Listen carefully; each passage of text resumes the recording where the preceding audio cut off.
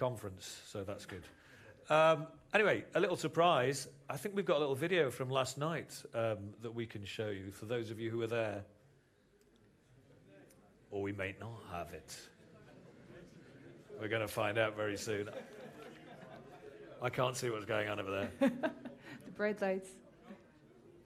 No, we don't have a video. So okay. If you'd like to see that video, see Hubert Rovers later, and he'll play it to you on his phone. Over Maybe later today, yeah. Okay, well then we'll get on with the serious stuff. This 16th EFDN conference coincides with the COP26 in Glasgow. Today's topic is sustainability, a very interesting topic, obviously, a topic that we can all learn about a lot.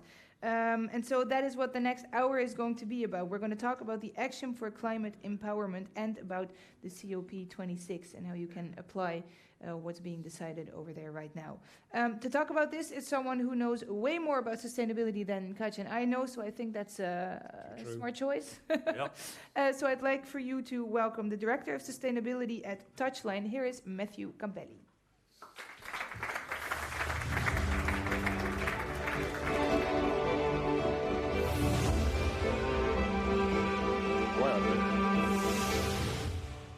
Hello, good morning everyone. Thank you for the introduction. A little bit nerve-wracking now. Welcome to the first session of day 2. For the next hour or so, we'll be discussing football's role in addressing climate change. More specifically, we're focusing on the Action for Climate Empowerment, one of the main outcomes of the ongoing COP26 summit in Glasgow, and how football is uniquely positioned to support its implementation. Just out of interest, who here is following what's happening in Glasgow at the moment? Just by a quick show of hands. All right, okay, about half the room. Interesting, good to know. Football and sport in general is not massively high up the agenda at COP, but increasingly it's becoming more and more part of things up there.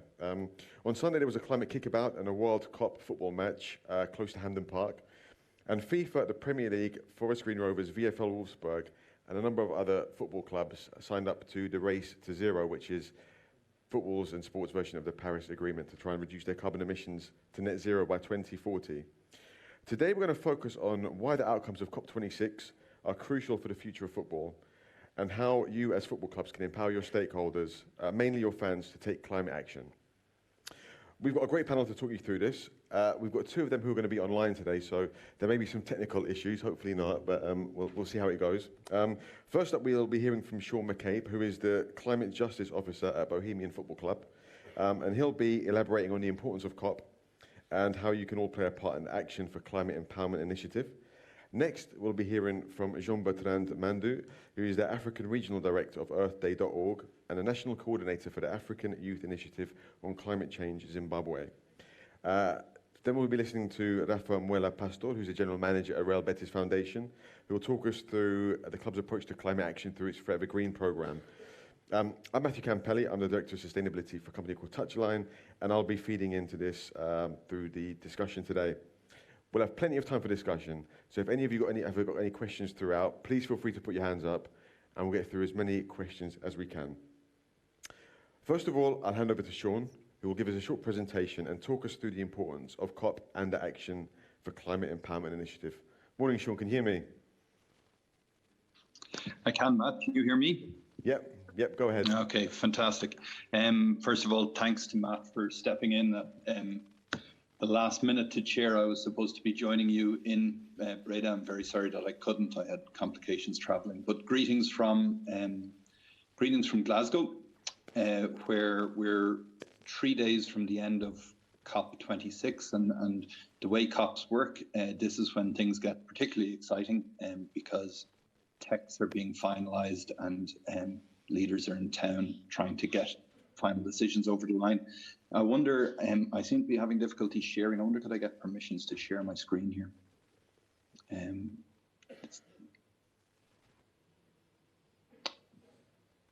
Well, while that's happening, I might just do a little bit of explaining on what COP actually is. So COP stands for the Conference of the Parties. It's the parties to the UN Framework Convention on Climate Change. This is an agreement that came about in 1992. And since then, there has been 26 meetings of those parties, which is why we're at COP26. It's hosted this year primarily by the UK, but it's also hosted by Italy because of the fact that we skipped a year of COP last year due to the pandemic. It's dually hosted. Let me just try this one last time. No, I still can't hear. Okay, you're going to have to just look at me, I'm afraid. So fundamentally, climate action doesn't happen at COP. Climate action happens in our communities.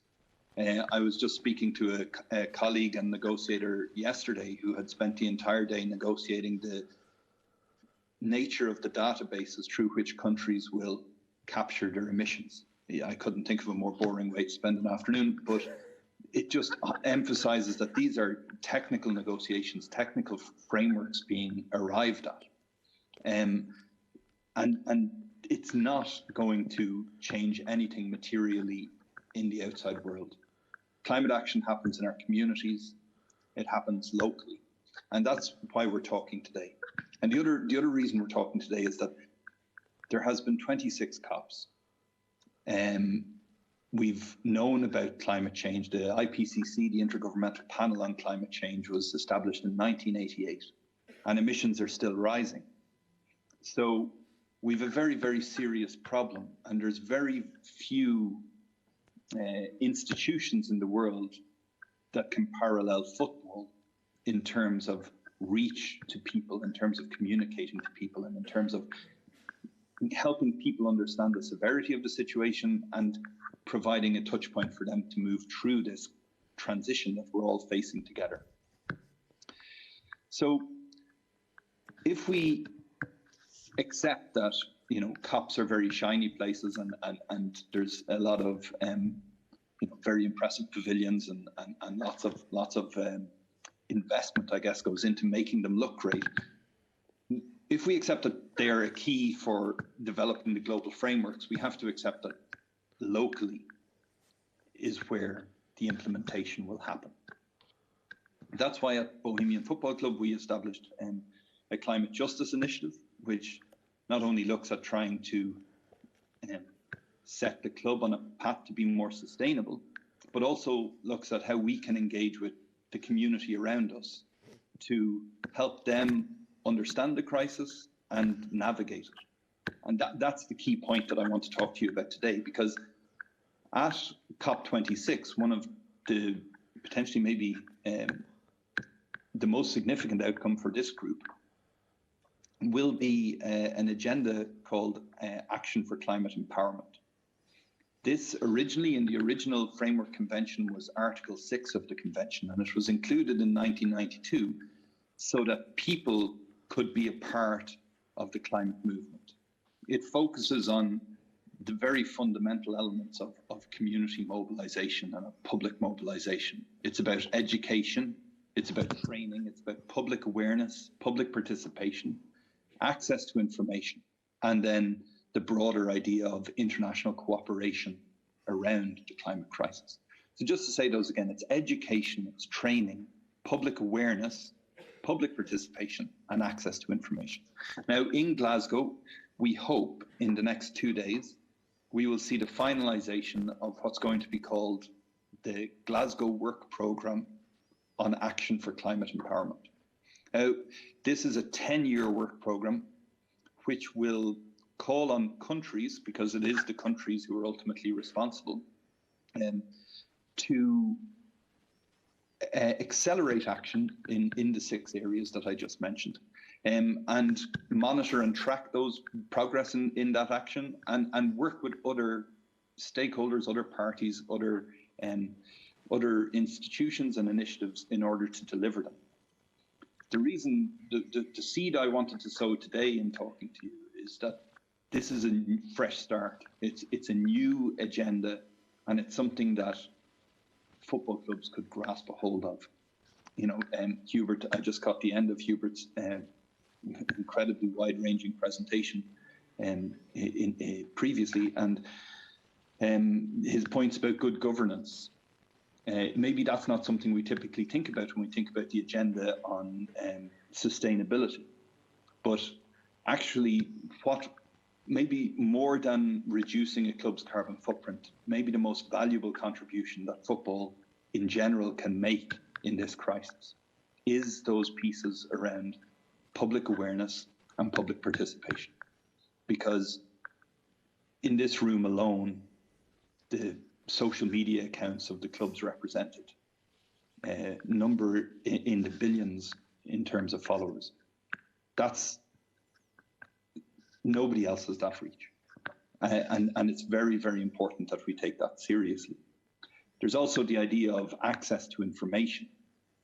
Like, clubs could potentially work with their local governments to make people aware of opportunities, whether that's opportunities for better access to public transport, whether it's opportunities around grants for retrofitting or grants for renewable energy, or those are very key pieces of information, and sometimes that information is only accessible to a small number of people in the country. Maybe people who have the time to research, look up this type of information. In terms of participation, in terms of helping fans to access the mechanisms of decision making so that their voices are heard in this massive transition, which really risks leaving people behind if voices aren't heard, that's another role football clubs could play and could take very seriously. And the final piece is on education materials. Imagine if you had football clubs working with organizations like, say, UNICEF or UNDP or others to produce information materials that help to raise awareness, not just of the need to reduce emissions, but of the global inequities that we're currently experiencing and how they will shape the response to the climate crisis, and how the climate crisis has to include people intentionally, or it will accidentally exclude people. So the seed to be sown today is to ask you all to consider, and those of you, many of you will have already signed the UNFCCC's Sports for Climate Action framework, which is a really, really positive initiative.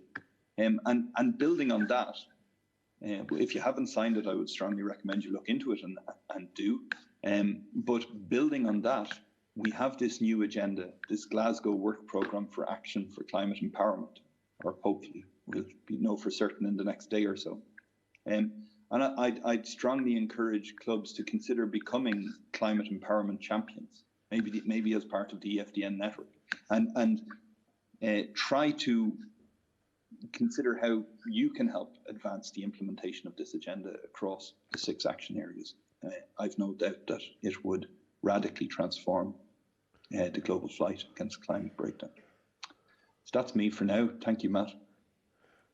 Thanks very much, Sean. Before we move on to Jean-Bertrand, out of interest, I know I'm getting you to raise your hands quite a bit in this, but is any club here actually engaging with fans on climate in any way, or has plans to in the future? All right, got a bit of work to do, Sean, I think. Jean-Bertrand, let's go over to you, because you're a youth activist focused on climate change. You're currently in Glasgow now. We're midway through the second week at COP26. How would you characterise how things have gone in Glasgow? What's the bigger picture here? Thank you, Matthew. Hello, everyone, and I'm grateful for the question, and it's always good to share the progress with other people as, just a representative, especially some young people from the Global South. They are very keen to know what is happening to the resources that they invested for us to participate here. So there have been some development. We have seen COP26 grow some interest from different, parts of the globe. Of course, it's limited due to the pandemic. Not that climate change is not a pandemic. It's actually even a bigger pandemic since, we can't develop a vaccine for it. But in this context, we have seen, interest from the presidents come through with the presidential summit, ministers come through for the education also summit. We have had so many fruitful engagements, commitments. Also, it just happens that under the Paris Agreement, we were supposed to, which is one of the documents that were developed, as a result of these COPs that Sean was mentioning earlier. So this was developed COP21, the Paris Agreement, which is like a guiding framework that we have now. So we have seen that we are supposed to, enhance countries' positions, what countries have to do to reduce their emissions. So this is the year that we are supposed to increase, and most countries have been committing and pledging. For instance, my country, Zimbabwe, we are reducing by 40% our emissions by 40% per capita. We have seen, other global emitters, huge emitters come back to the table. For instance, United States have come back and they are now committing to reduce from 50 to 52%, which is a good stride, given that we are all headed for the net zero emission, by global 50. So the commitments towards reduction of these carbon emissions are really, really a bit inspiring, or a step forward, step further. But then there are some components now that needs prioritization in terms of negotiations, how countries relate, given that we have quite integrated, issues that affect us geographically. So for instance, here in Africa, we tend to incorporate, how climate change is communicated. There is science in it. There is also some day-to-day social aspects that we get to witness and experience every day. So there's need for us to communicate that with the people, integrate the science in our day-to-day lifestyle. So there are some components that needs to be integrated and worked on, even negotiated on. For instance, how we are going to transition from certain ways of lifestyle to a certain way of lifestyle. So those commitments now to be met, there is need for harmony since we are living in a global village. What one does in Zimbabwe affects one in Europe. What one does in America affects someone in Asia.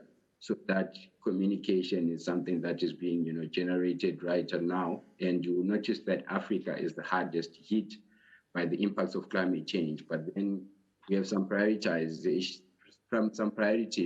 People are living or fighting for livelihood, and then to also feel the harsh impacts, they just add on to the burden, given that they are also hard hit as positioned, along the global, along the planet itself. So you need to be able to also help those countries, given that they also emit less. So you have to prioritize adaptation over mitigation, and also you have to communicate so that they understand the global conversations that are happening. So it has been quite good interest and yielding some results positively.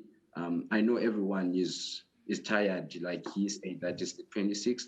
Most people are tired of the conversations, and yet the global emissions continue to rise up. But we also have to focus on the positives, because I come from a community where we are more proactive and we engage more in community development, and we are now focusing more on rather production than activism. Everyone has to play a part in terms of leaving no one behind, but not just in a conversation, but also centering everyone in terms of developing projects, in terms of implementing whatever that is being developed at national level. So it's more bottom up and also up down approach. So it's a win-win situation that is coming up right now. Jean-Bertrand, Sean was talking about the Action for Climate Empowerment. Can you explain to our audience what this means for children and young people around the world, and also how football, from your perspective, can play a role in this? Yeah, Action for Climate is something that has been growing consensus globally. And this year, it's been really, really amazing that not just this year, but over the 2 years with also Earth Day, we have started a campaign, on climate education. I know UNICEF have been engaged in this, a number of institutions have been engaged in this. But the thing was, apart from people agreeing that climate education is important, we have to make sure that it's now implemented. By implementation, we are referring to the civic education, whereby one lives consciously of whatever that they are doing and their impacts on the environment. We also have to consider climate literacy. We have to consider finance for climate. We also have to consider, skills development, and all these things are missing within our community. So because obviously we preferred and we envied, we would put value to the gold and diamond, to the cars, to, be nice buildings, but we never thought about conserving and protecting the planet. So now our shift to that is something that we have to invest in as much, because that's the foundation of, human development. If you consciously know about these things and you have it in the back of your mind as you develop that you have to do this, then it means that we'll be able to achieve whatever that we want to achieve. So there is a need for us to invest in it, budgets towards it, and also integrate some of the best practices globally and indigenous knowledge system that have helped us. We're referring to it as Africa is a best example, given that, we have managed to preserve and conserve so much in nature. And we would want also to invest in the same thing. So I think the role of climate education in this case is going to be really, really important as we move forward, in climate mitigation and adaptation, or whatever that we are going to do. There's a need for us to integrate it in the curriculums, but then moreover, we are shaped by, what surrounds us, and football itself has a huge role. It's one of the best, or I could say it's the most impacting sport in livelihood. From my community, we gather more, and that's the most thing that we talk about nearly every day. And it would be great for us to get a message impacted through that, given that it pulls nearly everyone. So to hear people talk about the climate and emphasize on the climate, that would be very, very inspirational. Just now telling my peers that I play with soccer locally that, I'm on a panel on climate and education and soccer, they would be like, oh, wow. And it's easy if I was to say, I'm coming with jerseys, and after this game, let's do some, litter campaign, let's do a tree planting campaign, supported by so and so. I think this is an opportunity soccer can bring us together, given that climate crisis has shown us that we are more stronger, globally or coordinated than individuals. So as much as we have the competition side of it, we also have development side of soccer and football, which is really, really amazing. And I think it's a great entry point that this platform has facilitated for us. We'll explore some of those themes in the discussion element of the session. First, I'd like to move over to Rafa from Real Betis Foundation, who will present what the club's trying to do in this area and showcase their Forever Green platform. So please, Rafa, the stage is yours. Hello, everyone. How are you? Thanks a lot for the opportunity to show what we are trying to do from Real Betis to fight against climate change. First, I would like to have a video, if it is possible, because it represents and shows the spirit of what we want to do. Can we play the video, please?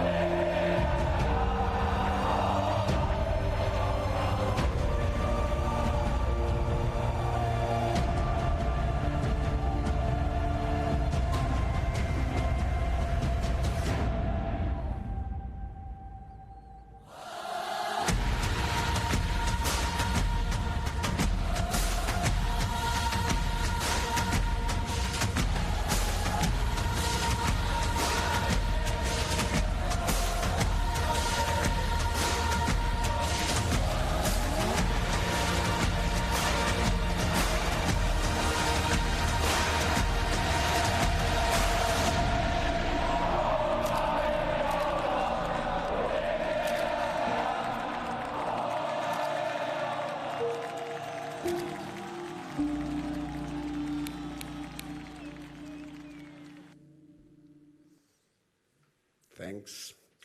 Well, getting deeper into what we want to do, I want to start explaining a little bit why we start thinking on this program and why we decide we have to do something. One of the elements that we took into consideration was that we were fully conscious that next generations are worried and are really concerned about what is happening with the planet, with climate. Nearly 87% of Generation Z were concerned, according to certain studios, and they believe that the organizations, as clubs are, should be doing something about it. And what is also very interesting is that 75% of them will research and will take care if it is real what they are showing and what they are saying that they are doing. So it's also important to stay clear that they are going to research about it. Besides that, Real Betis has been always trying to be committed with community locally, but also in an international way. And with this view and with this base, we want to be one of the most sustainable clubs in the world. We are green for a reason, and this is also something that we also impulse us and give us power also to go for this program.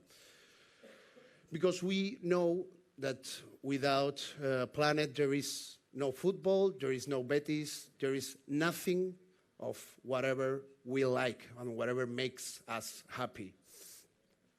This is why we introduce you to all Forever Green. And getting into the details is an open platform that for partners, any kind of organizations, private sectors, NGOs, who wants to show the world what they are doing for the planet today. And this way, we can mobilize citizens and society in general. We need to have references. We need to have inspirations to believe, to have clear that it is possible to do something with this urgency that we all have as community and as society. And Forever Green is that platform that wants to take advantage of the power and the possibilities that allows us to show to the world, thanks to the most popular sport in the planet, which is football. As they were mentioning before, my colleagues in the floor, football has the possibilities, really, really important to spread this message with fans, with media, and with many other channels. And this is the way we want to save also the planet, showing and inspiring the world with possibilities, options to do something as organizations and as citizens. The first step we took before even launching Forever Green was to get an agreement and to join. We were the first football club in joining Climate Neutral Now from UN. And after that, we measure our carbon footprint for the year 2019, and then we offset it with them as well. This was like our first approach to take seriously what we have to do. And we have learned a lot with them. We don't know about sustainability. We didn't know about it. We are learning each day about it, and but it was something really new for us. The same as I'm sure that for many of you, this is something that is getting into the agenda recently, unfortunately, but it's happening right now.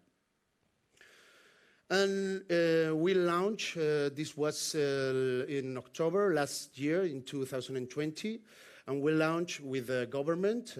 She's the Secretary of Ecological Transition of Spain, and he's our president, Angelaro. We launched Forever Green program last October. We recently there has been a year since we launched it. We are very happy to have this full year working together. And this work has been done through 5 areas in which we are focusing all our efforts. recycling, mobility, what we call climate change, nature, and sustainable club. Recycling, well, we do both internally and externally several campaigns to our fans and to the employees and the way we manage our waste as club in our facilities and in the office every day. And we also promote recycling among our academies with kids, in other partners as academic languages with whom we have several agreements as partners and as sponsors. We also promote eco-friendly mobility with electric bikes, also with campaigns, with scooters. We are lucky because Seville is a very good place to transport by bike or by a scooter because there's not so much rain.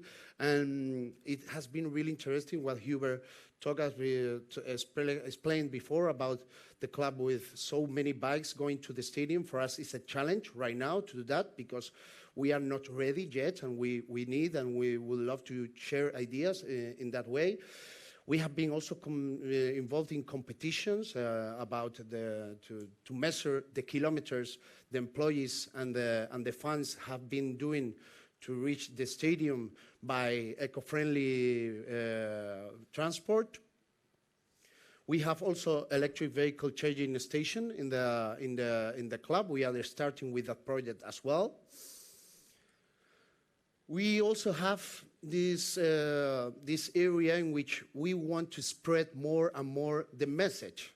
We feel and we think and we believe that if we join other initiatives that are also giving voice and spreading the message as Climate Pledge or Climate Neutral Now, as we did before, or La Liga Foundation, they are taking us as a reference because we have been one of the first in doing these projects and these topics.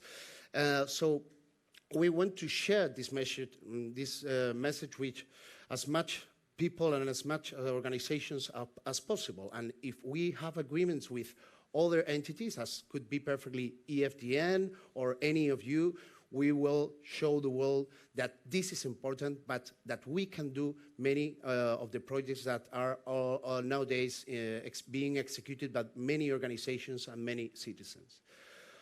Also, we take care about our environment, our community. We are also getting in action with our green volunteers. They are cleaning the shore of the rivers in Seville, but in many other regions in Spain. We have also an allotment in a disadvantaged neighborhood very close to the stadium to approach the ecological growth of food in the city and to spread also the possibilities to grow food in an eco-friendly way. We are also supporting initiatives by youth who are trying to be entrepreneurs with projects to reach the Sustainable Development Goals with several initiatives and projects about it.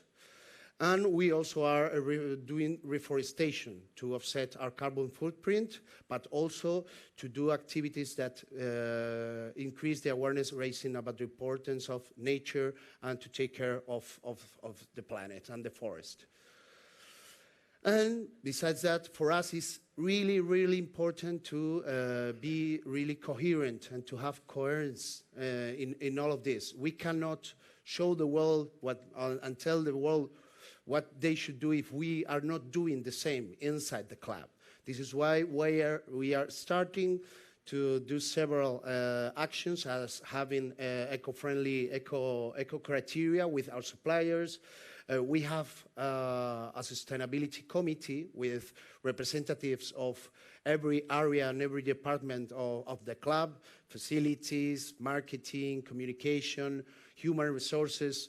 With all of them, we coordinate the different actions. We take ideas from them.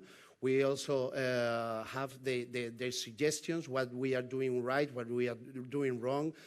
And it is crucial, I feel that it is crucial that it gives us legitimacy to have them really, really involved. And the results, from my point of view, are being huge, how they are taking care of if another colleague, another partner is not throwing the waste in the proper cube or whatever. They tell all of them, okay, you should switch off the lights. There are so many little gestures that we can start improving that has a real impact, because we are so many people that if each one of us do these little things, we will make the difference. And it goes beyond football as well. We want this not to be only a thing about football. We are lucky because we also have other sections. We have futsal as well, and we reach an agreement with the National Futsal League, and they with other teams and with other in other matches, they also did campaigns with us with Forever Green, and also our basket section. And even our esports section, they are all involved in the campaign, and it is great how they all really feel that it is something that they like that their club is performing and executing.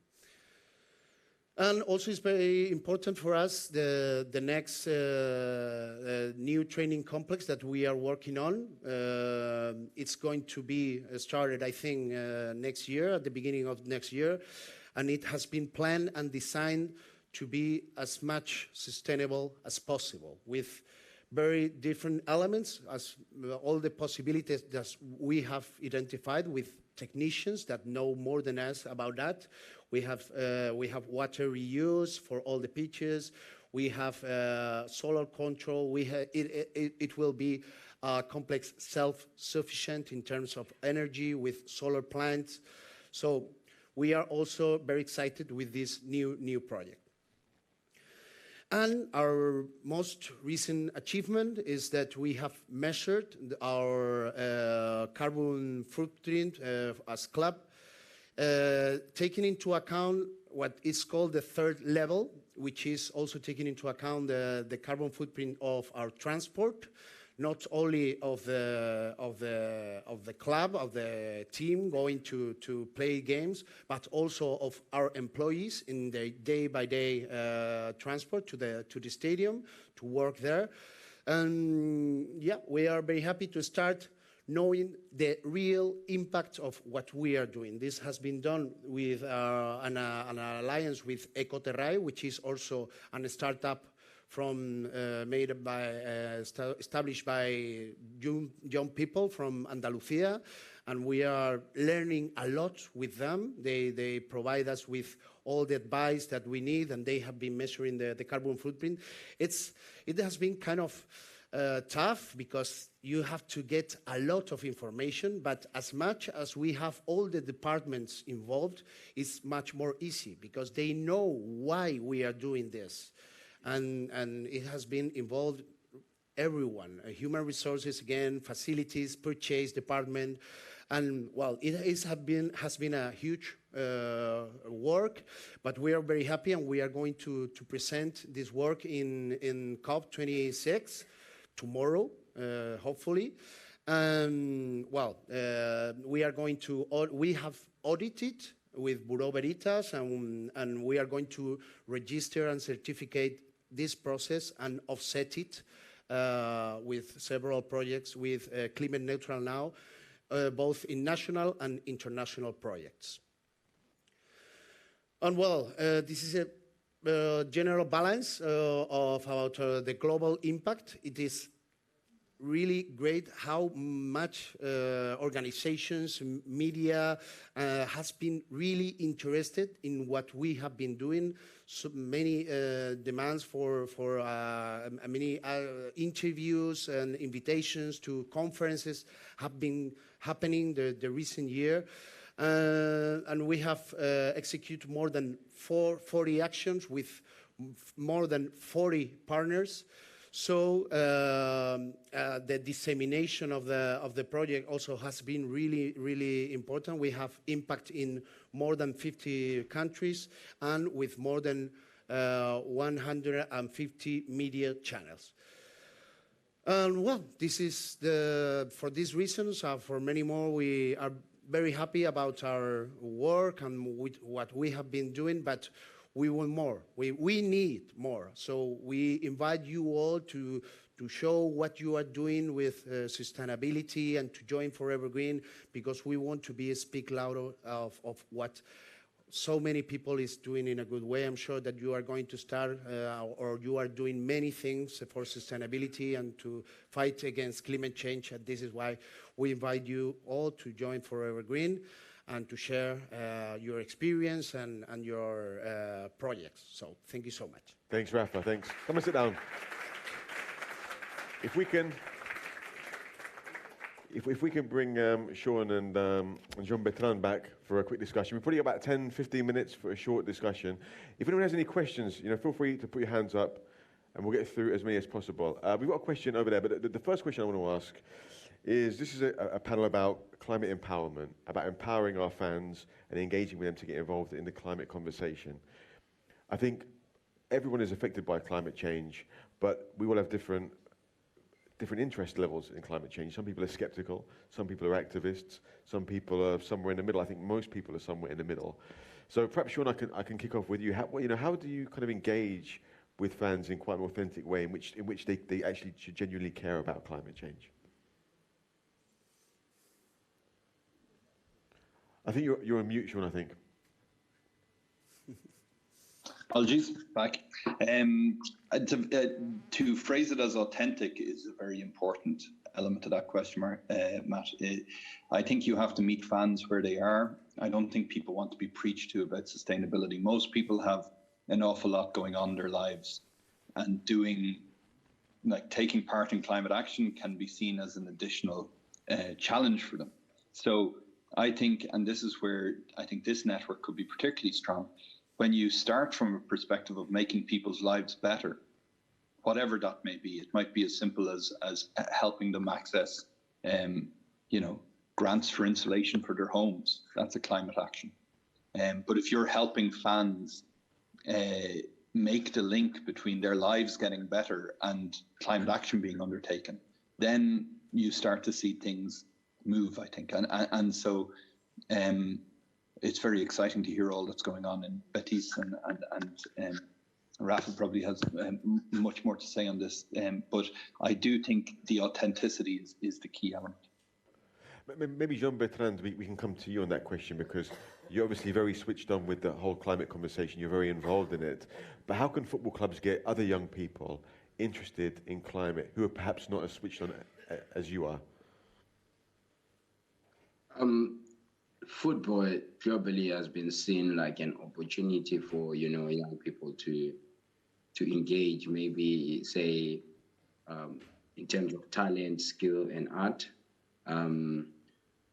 By that virtue, I think the fans would appreciate more, or can learn more when it also speaks. Like I know they have had so many competitions that have been tagged, on several initiative trophies, but young people or the fans globally can actually appreciate if it starts as an example. Say if they go green, infrastructuralize, promote carbon neutral initiatives within whatever that they are doing in terms of fields, also the trips that they have, and also have continuous actions. I know at times, when you have competitions like World Cups or, Champions League initiatives, these could be also influential if you have some programs, because that can also impact communities. Say if you are doing a program, you then attend, or you can then set up a program that can run in line. Say if we have the Qatar World Cup that is coming up, you can also set a program that also aligns to climate education and also promotes carbon neutrality. If say it's in Qatar or in a number of countries, every country or every football club that is going to commit also add on something that shows that they care, or they are not just there to, to profitalize, but to also promote or do something good for our planet. We had a question towards the back, I think.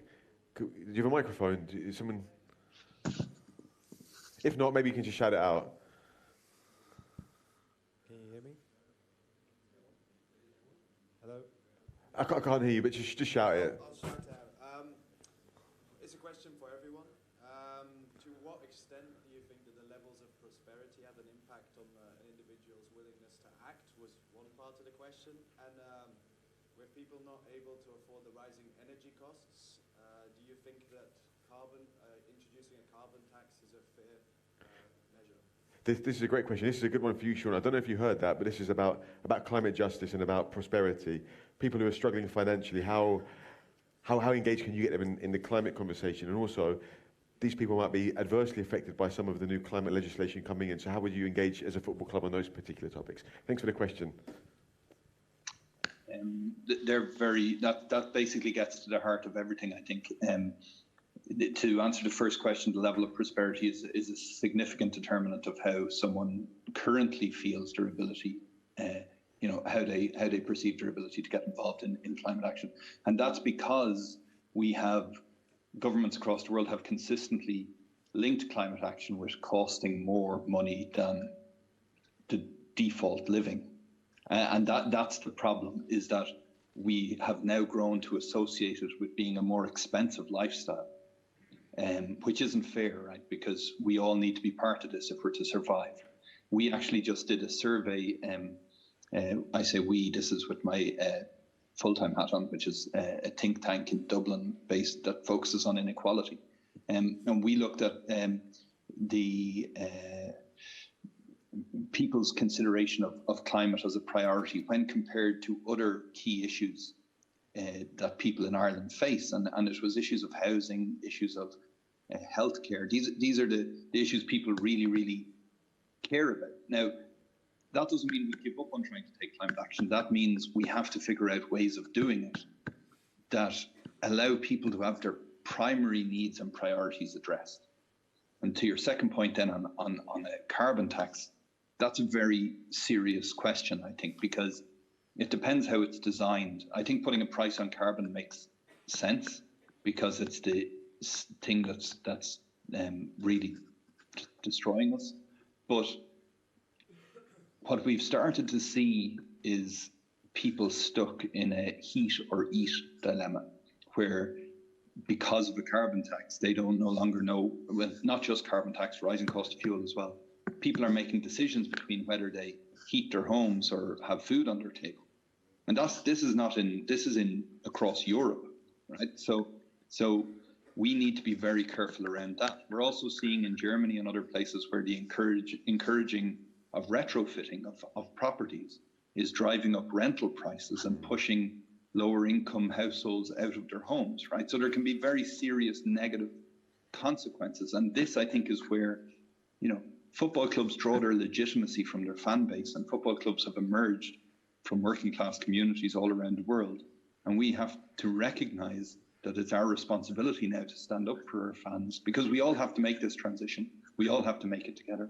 And so that justice element, bringing that awareness of the risks from underlying inequalities and helping give voice to your fans who need access to these solutions, but need them in a fair and equitable way. I think that's really, really exciting.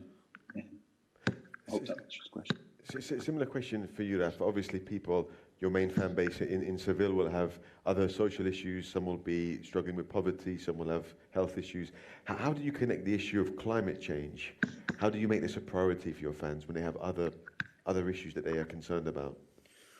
Well, one of the ways we are doing that is asking them which topics among all the different issues that we have in front, like recycling, mobility, or sustainable energy, involving them and asking them, making them participate in how we are taking decisions. And of course, we take advantage, as we said before, of having our players. For example, we have Hector Bellerin. He's really committed with sustainability, and he's already helping us in increasing this awareness, raising among our fans. And many other players are involved in these actions that we are doing around Seville and even beyond. So these are channels, and that makes us spread this possibility and this message. But it is true that at the beginning, it is not something really easy, because what was explained before is a topic, and the information, it's not easy to assume and to learn by all of them. But little by little, I think we are showing them that this is a priority and that we are really involved in that. And when you start action and you start doing things in representing your club, they really think, oh, well, this is important. I'm proud that my club is doing this. So it's like a virtuous circle in many ways, and this is the way it is starting. Even after a year, I'm not sure how are we reaching our fans at the moment. I'm sure that many of them doesn't know really Forever Green, but well, this is a long-term program, so we have started, and we need to be ambitious and keep on going. We're coming up to time now, and maybe I can ask the audience the final question and get our panel to comment on it. In my experience, sports clubs in general hold back from talking about climate change for three main reasons. The first one will be a lack of technical knowledge within the organisation. The second one will be a concern about how fans will take the messaging. And the third one will be around a potential backlash from the media. So who here feels that they're being held back because of, firstly, technical issues, because they haven't got the technical expertise? Maybe raise hands, no? Concerns about fans and fan feedback? Or the media, backlash from the media? Okay, everyone seems to be pretty confident, but the majority of hands up went up around media and lack of technical issues. John Bertrand, maybe we can ask your perspective on this. You know, football clubs don't have that technical knowledge in-house around climate change. They're concerned about the media. You know, how would you address this? How could you give them quell those concerns? Thank you so much. I think now that's, also the component of ACE, Action for Climate Empowerment comes through. When we talk of education, and we normally focus on the people, children in schools, but this is also an opportunity whereby we can have time-to-time meetings with clubs, or establish a platform where we can also engage the Football Federation and can have a conversation, capacitate each other. They have to also know the global emissions that they also emit, and we also try, I talked of carbon neutrality before, but I think if they are capacitated, then they will know their contributions, their role. And also in terms of community or fans accepting them, I think this is also an opportunity. I like what Real Betis has done here, but this is an opportunity for us to change the narrative. Something that is common is a football club in their city, they get the most fans and they are supported more when they are at home. But this also provides an opportunity for you to spread your wings. Say if Real Betis is investing towards Africa, because mind you, climate change is not only about reducing emissions, but it's also about adaptation. And most people are dying. We don't have resilient infrastructure.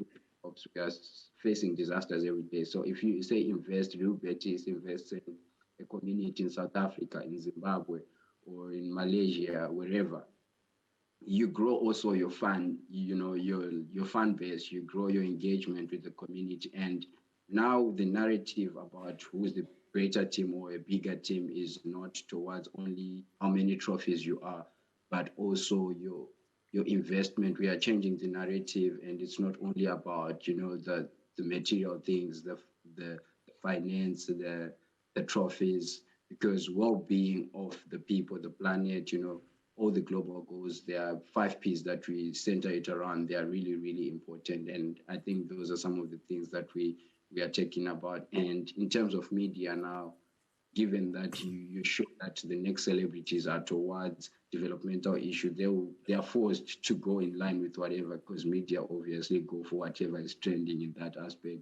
And we also can capacitate them in that context. Very quickly before we finish, we'll move to Rafa then, Sean. Rafa, you mentioned in your presentation, you started this without the expertise. You wanted to just go for it and see how it went. What advice would you give to clubs out there who are in a similar position now to just take the leap and address climate change in that way? Well, I think this is something that it is feasible to start, as I said before, little by little. There is possibilities to measure your carbon footprint with many tools in which you can put the invoice of the energy you are using and the water you are using. And it's something quite easy if you search for the right tool, and also little campaigns like putting the waste and showing them with volunteers around the stadium to make them doing in a proper way. There are many little things that we can do. Even with our human resources department, we can do these little campaigns to take care about how we do the things and how we manage the energy and the waste of the office or our facilities. I think it's a way of starting. It is crucial to have the board of directors and the bosses involved. And so there is an awareness raising work also internally that should be done. The good news, I would say, is that there are financial benefits coming from this. Nowadays, there are the sponsorships, even the investors are taking into consideration sustainability criteria if they want to invest or to sponsor someone or a club. So there are many arguments that you should find and present to the board of directors or those who has to take the decisions or support you, that you can put on the table. And well, I think it's something that, of course, everyone is being aware nowadays that it is an urgency. So it's a way of keep on going, insist, and I think it finally will work. And Sean, the last word for you, how would you address those points? I think the crisis is such that we really need courage at this point. There's very little time left, and everyone needs to sort of start taking a step out of their comfort zone in order to start addressing this in a really robust way. I think the fans will come with you once you have their needs front and center. I think the media, will report on it. Whether they are cynical or supportive shouldn't really matter. There'll always be cynics. This is the greatest crisis the world is facing, and it undermines all of our progress across all other crises that we are trying to address. So we have to undertake it. And the technical expertise, really, as Rafa says, the information is out there. A lot of people have been doing digging. What we really just need to do is start sharing the information, start trying to make it accessible and available. And maybe, Hubert mentioned the Scoring Sustainability Project, which Rafa is also a part of. But if that comes true, that would be a first step in that direction, I think. Great, thanks, Sean. We come to the end of our session now. If you have any questions going forward, feel free to reach out to any of us at any time. But please join me in thanking Sean McCabe, John Bertrand Mandu, and Rafa Manuel Pastor for their time and insights today. Thank you very much, guys.